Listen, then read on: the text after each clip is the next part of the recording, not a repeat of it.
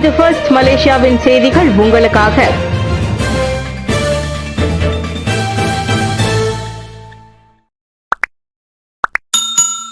பொருளாதார நோய்களுக்கு தீர்வு காண அதன் கொள்கைகளை அறிந்திருக்க வேண்டும்.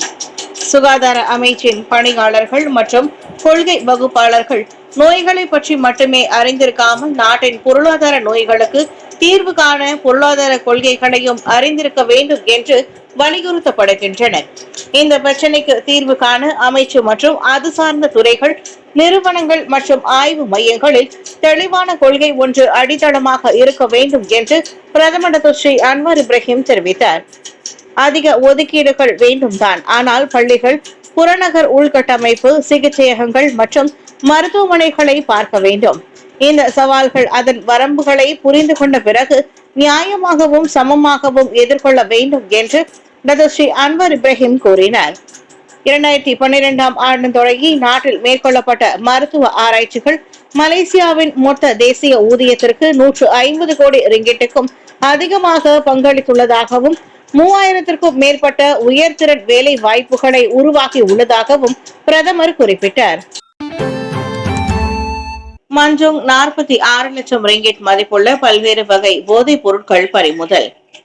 பேராக் மஞ்சோங் மாவட்டத்தில் 4 வெவ்வேறு இடங்களில் மேற்கொள்ளப்பட்ட சோதனை நடவடிக்கையில் 44 கிலோகிராம் எடை கொண்ட 46 லட்சம் ரிங்கிட் மதிப்புள்ள பல்வேறு வகை போதைப் பொருட்கள் பறிமுதல் செய்யப்பட்டன. அதோடு இந்த சம்பவத்தில் காதல் ஜோடி உட்பட 4வரை போலீசார் கைது செய்தனர். கடந்த திங்கட்கிழமை இரவு மணி 7:30க்கு சித்தியாவான் சிம்பாங் டிகாவில் உள்ள வீடொன்றில் ஒரு தம்பதியரும் கைதானதாக பேராக் மாநில போலீஸ் தலைவர் டத்தோ நோர் ஹிஷாம் நோர்டென் கூறினார்.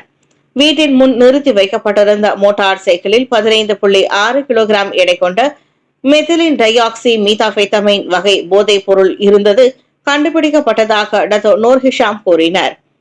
அதே நாளில் சித்தியாவானில் உள்ள தாமான் செஜாத்தி அடுக்குமாடி குடியிருப்பில் 50 வயதுடைய ஆடவரை கைது செய்ததுடன் 127 கிராம் எடை கொண்ட கேத்தமின் மற்றும் எரமின் வகை போதைப் பொருட்களும் பறிமுதல் செய்யப்பட்டுள்ளது.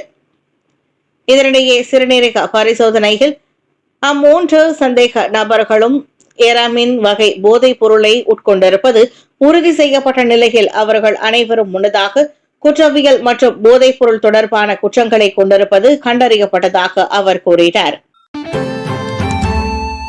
பெமலா லிங் கடத்தல் விவகாரம் 5 கார்கள் அவரை சுற்றி வளைத்தன. ஏப்ரல் 9ஆம் தேதி கடத்தப்பட்டதாக நம்பப்படும் டாத்தின் ஸ்ரீ பெமலா லிங் யூ காணாமல் போன சம்பவத்தில் 5 கார்களை உட்படுத்தி சுமார் 80 பயணித்திருப்பதை போலீசார் கண்டறிந்துள்ளனர். அந்த பகுதியில் உள்ள மறைக்காணியின் பதிவின் மூலம் இது உறுதிப்படுத்தப்பட்டுள்ளதாக கோலாலம்பூர் போலீஸ் தலைவர் டாக்டர் ருஸ்டி முகமது இசா தெரிவித்தார்.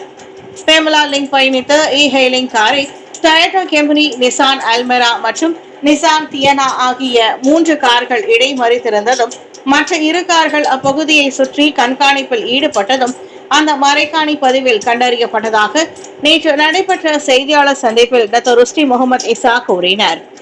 இந்த சம்பவத்தில் தொடர்புடையதாக சந்தேகிக்கப்படும் 2 நபர்களும் அரசு மலேசிய போலீஸ் படை PDRM உறுப்பினர்களை போன்று உடை அணிந்திருந்ததையும் அவர் உறுதிப்படுத்தினார்.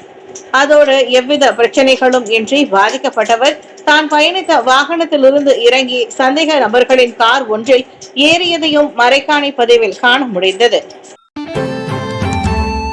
மடானி அரசாங்கத்தின் நீர் விவேக பயன்பாட்டு பிரச்சாரம் ஒவ்வொருவரையும் உருமாற்றும். நேற்று வியாழக்கிழமை தொடங்கப்பட்டிருந்த மடானி அரசாங்கத்தின் நீர் விவேக பயன்பாட்டு பிரச்சாரமானது நாட்டின் நீர் வளங்களை பாதுகாப்பதற்கான முயற்சிகளை வெற்றிகரமாக உருமாற்றுவதற்கு எந்த ஒரு தனி நபரையும் அழைப்பதாக துணை பிரதமர் டாக்டர் ஸ்ரீ ஃபடிலா யூசுப் தெரிவித்தார். அது மட்டுமின்றி அனைத்து நிலை மக்களிடத்திலும் ஒரு கலாச்சார மாற்றத்தை தூண்டுவதில் இந்த பிரச்சாரம் பரந்த சமூக விழிப்புணர்வையும் வளர்க்கும் என்று எரிசக்தி மாற்றம் நீர் உருமாற்ற அமைச்சர் அவர் கூறினார். இதனிடையே இந்த பிரச்சாரத்தின் மூலமாக கல்வி அணுகுமுறை, பல்வேறு தரப்பினரின் ஒருங்கிணைப்பு மற்றும் நிலைத்தன்மை, பாதுகாப்பு, ஆதரவு மற்றும் பராமரிப்பு ஆகிய 4 முக்கிய அம்சங்களின் மூலம் விரிவான மாற்றத்தை உட்படுத்த முடியும் என்றார் அவர். இந்தியா மற்றும் பாகிஸ்தானில் பயிற்சி பெற்று வரும் மலேசிய ராணுவ அதிகாரிகள் பாதுகாப்பாக உள்ளனர். இந்தியா மற்றும் பாகிஸ்தானில் உள்ள ராணுவ கல்லூரிகளில் பயிற்சி பெற்று வரும் மலேசியாவை சேர்ந்த 21 ஆயுதப்படை அதிகாரிகளும் பணியாளர்களும் பாதுகாப்பாக உள்ளனர். இந்தியாவில் உள்ள பல்வேறு ராணுவ கல்லூரிகளில் 18 அதிகாரிகளும் மலேசிய ராணுவ படை உறுப்பினர்களும் பயிற்சி பெற்று வரும் நிலையில் 3 பாகிஸ்தானில் பயிற்சி பெறுவதாக தற்காப்பு அமைச்சர் ஸ்ரீ முகமது காலித் நோர்டின் கூறினார். தாக்குதல் மற்றும் மோதல்கள் நடைபெறும் பகுதிகளில் அவர் ஈடுபடவில்லை. அவர்களில் பெரும்பாலானவர்கள் இப்பயிற்சி இவ்வாண்டு நிறைவடையும். எனவே தற்போது அனைத்தும் பாதுகாப்பாக உள்ளது. ஆனால் நாங்கள் தொடர்ந்து கண்காணிப்போம் என்றார் அவர். தொடர் நடவடிக்கைகளை மேற்கொள்வதற்கு முன்னதாக 2 தெற்காசிய நாடுகளின் தற்போதைய நிலைமைகளை அமைச்சு அவ்வப்போது தொடர்ந்து கண்காணிக்கும் என்றும் அவர் கூறினார்.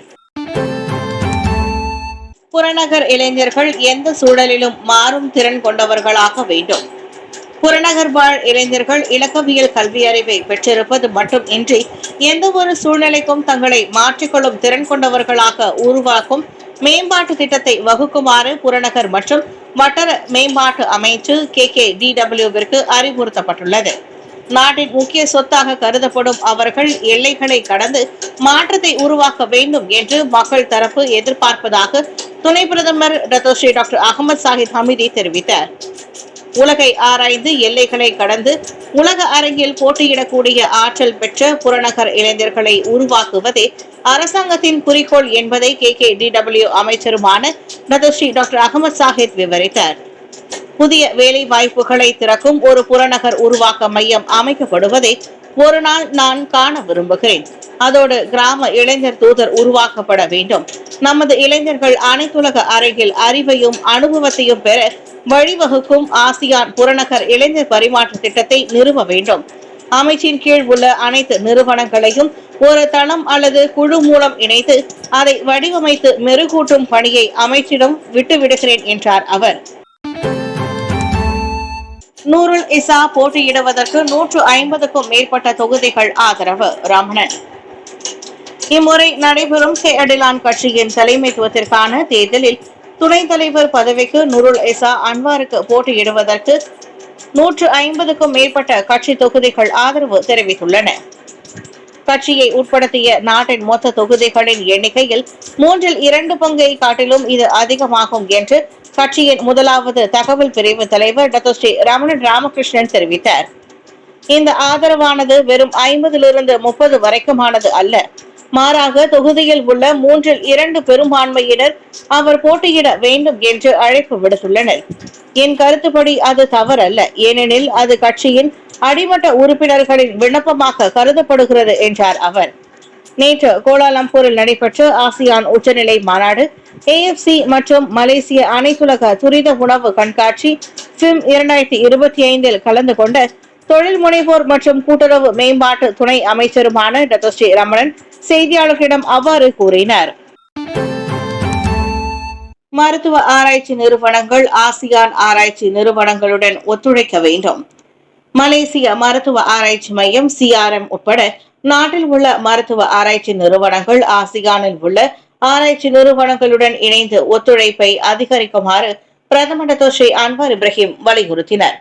மருந்துகளின் விலையை குறைப்பதோடு கண்டுபிடிப்புகள் மற்றும் ஆராய்ச்சிகளை அதிகரித்து வட்டார பருவநிலைக்கு ஏற்ற புதிய மருந்துகளை அறிமுகப்படுத்தவும் இந்த ஒத்துழைப்பு உதவும் என்று அவர் கூறியுள்ளார்.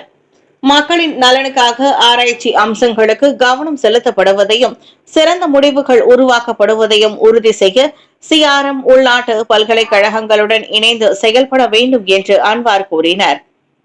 நேற்று கோலாலம்பூரில் CRM ட்ரையல் கனெக்ட் எனும் மாநாட்டை தொடக்கி வைத்த போது அவர் அவ்வாறு கூறினார்.